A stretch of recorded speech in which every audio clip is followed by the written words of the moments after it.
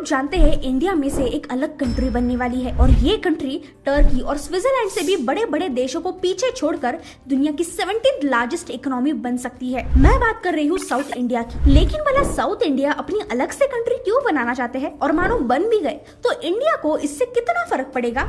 ये सारी बातें आज मैं इस वीडियो में बताने वाली हूँ, तो ये वीडियो एंड तक जरूर देखना। Throughout history, the area that is Pakistan, much of it was not a separate country. I mean, South India was, but North India and Pakistan, geographically, historically, linguistically, they're the same language as we have here. Yeah. Culturally, there are so many common things, and it's just foolish.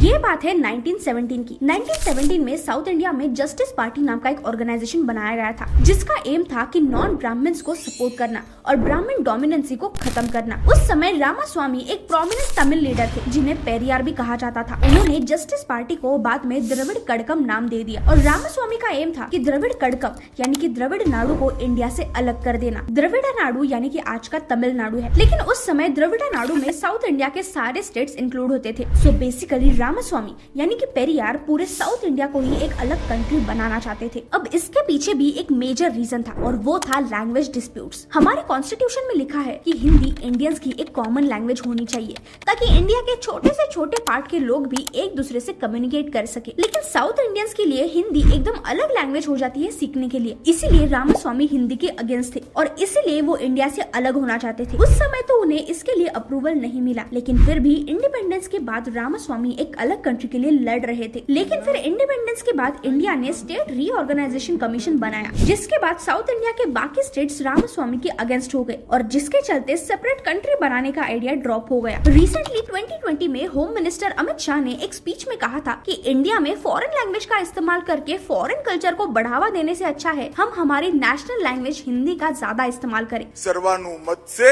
Hindi को राजभाषा के रूप में स्वीकार करने। लेकिन इस बात से डीएमके के डिप्टी जनरल सेक्रेटरी ए राजा बहुत नाराज हुए और उन्होंने सीधा कह दिया कि तमिलनाडु को एक ऑटोनोमस स्टेट डिक्लेयर कर दो, नहीं तो हम एक सेपरेट कंट्री के लिए मांग करेंगे। अब ऑटोनोमस स्टेट यानी उनका खुद का कॉन्स्टिट्यूशन होगा, खुद के रूल्स और खुद का फ्लैग भी अलग से हो सकता है। सिर्फ डिफेंस और फॉरेन मिनिस्ट्री के लिए सेंट्रल गवर्नमेंट इन्वॉल्व होगी, उसके अलावा किसी भी चीज में सेंट्रल गवर्नमेंट इन्वॉल्व नहीं हो सकती। तो आज भी यही सिचुएशन है कि तमिलनाडु इंडिया से अलग होने की चाह में है। तो ये था पूरा इशू कि क्यों साउथ इंडिया या फिर स्पेसिफिकली तमिल्स एक सेपरेट कंट्री चाहते हैं। लेकिन अगर बाय चांस साउथ इंडिया एक सेपरेट कंट्री हो भी जाता है तो उससे इंडिया को क्या फर्क पड़ेगा?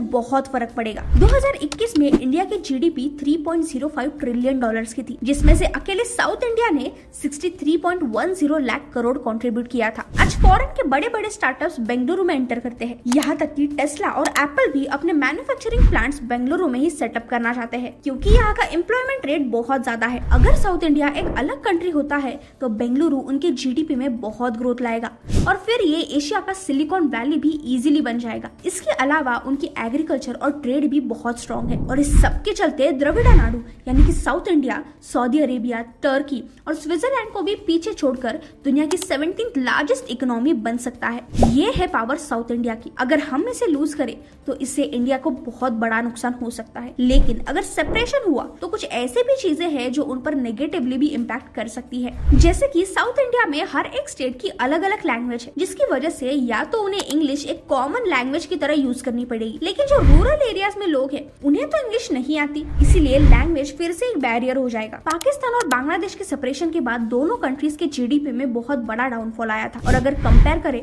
तो पाकिस्तान आज भी कर्जे में डूबा हुआ है। वैसे ही साउथ कोरिया और नॉर्थ कोरिया के पार्टीशन के बाद भी साउथ कोरिया नॉर्थ कोरिया से कई ज्यादा आगे है, यानी कि एक कंट्री दूसरी कंट्री के कंपैरेटिव ज्यादा सक्सेसफुल होती है। तो अगर साउथ इंडिया का सेपरेशन हुआ तो हो सकता है कि दोनों में से एक कंट्री ज्यादा आगे जाएगी। वैसे आपको क्या लगता है, क्या साउथ इंडिया का पार्टीशन होना चाहिए? कमेंट्स में जरूर बताना।